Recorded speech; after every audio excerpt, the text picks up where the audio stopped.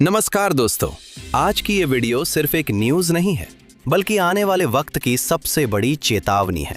सोचिए, अगर कोई देश किसी दूसरे देश के प्रेसिडेंट को उसके ही घर से पकड़कर उठा ले जाए और फिर खुद को उस देश का एक्टिंग प्रेसिडेंट घोषित कर दे, तो दुनिया का हाल क्या होगा। जनवरी 2026 में कुछ ऐसा ही हुआ, जब अमेरिका के प्रेसिडेंट डोनाल्ड ट्रंप ने वेनेजुएला पर एक सीक्रेट मिलिट्री रेड करवाई और वहां के प्रेसिडेंट निकोलस मादुरो को कराकस से गिरफ्तार कर लिया। इसके बाद पूरी दुनिया में हड़कंप मच गया। रूस, चाइना, नाटो, इंडिया, ब्रिक्स देश सब अलर्ट मोड पर आ गए। आज की वीडियो में हम जानेंगे ट्रंप ने यह ऑपरेशन क्यों करवाया, वेनेजुएला का तेल क्यों है इतना जरूरी, ट्रंप ने खुद को एक्टिंग प्रेसिडेंट क्यों कहा, और क्या यह कदम तीसरे विश्व युद्ध की तरफ इशारा है। तो वीडियो को लास्ट तक जरूर देखना। जनवरी 2026 की शुरुआत में अमेरिका ने एक मिशन चलाया, ऑपरेशन एब्सोल्यूट रिजॉल्व। इस मिशन में अमेरिका की डेल्टा फोर्स और स्पेशल कमांडोज रात के अंधेरे में हेलीकॉप्टर से कराकस पहुंचे।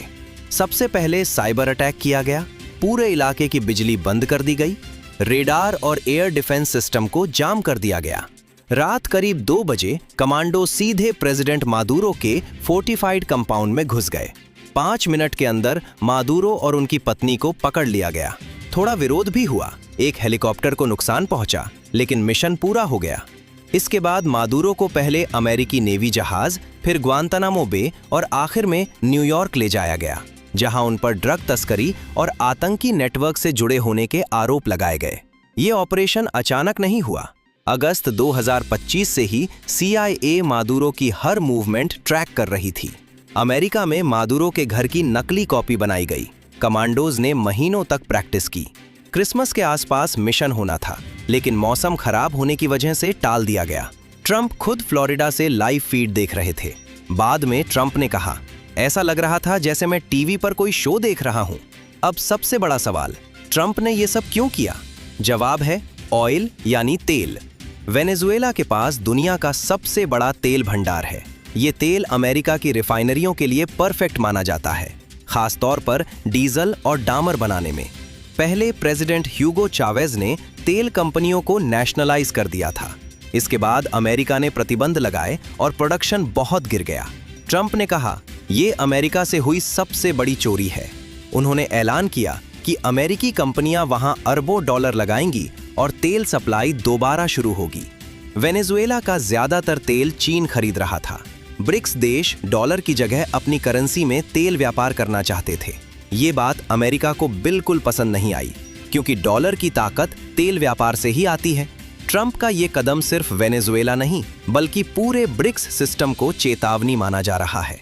आलोचकों का कहना है, ड्रग्स के आरोप सिर्फ बहाना है, असल मकसद तेल और कंट्रोल है।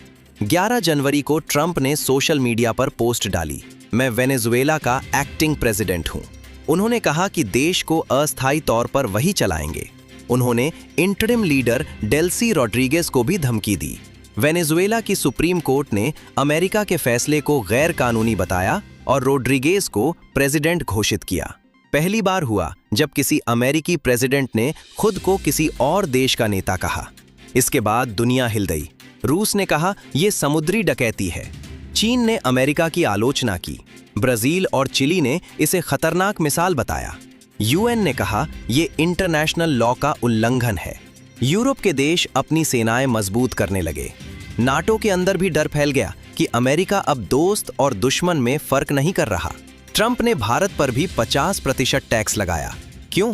क्योंकि भारत रूस से तेल खरीद रहा था। ये कदम ब्रिक्स देशों के लिए चेतावनी माना गया। अगर डॉलर सिस्टम से हटोगे तो अमेरिका दबाव बनाएगा। अमेरिका ने रूसी जहाज पकड़े, उत्तर कोरिया ने मिसाइल टेस्ट बढ़ाए, साइबर वॉर का डर फैल गया। बड़े अरबपति अपने लिए बंकर बनाने लगे। अगर हालात बिगड़े तो तेल $150 तक जा सकता है। महंगाई बढ़ेगी, नौकरियां जाएंगी, देशों में अशांति फैलेगी। अमेरिका के कानून के हिसाब से प्रेसिडेंट को युद्ध से पहले कांग्रेस की मंजूरी चाहिए, लेकिन ट्रंप ने बिना अनुमति ये ऑपरेशन किया। इसलिए महाभियोग की बातें भी शुरू हुईं। ट्रंप ने कहा, यह युद्ध नहीं, कानून लागू करने की कार्रवाई है। इतिहास बताता है, छोटी घटनाएं बड़े युद्ध बनती हैं। 1914 में एक हत्या से वर्ल्ड वॉर शुरू हुआ। 1939 में पोलैंड से दूसरा युद्ध।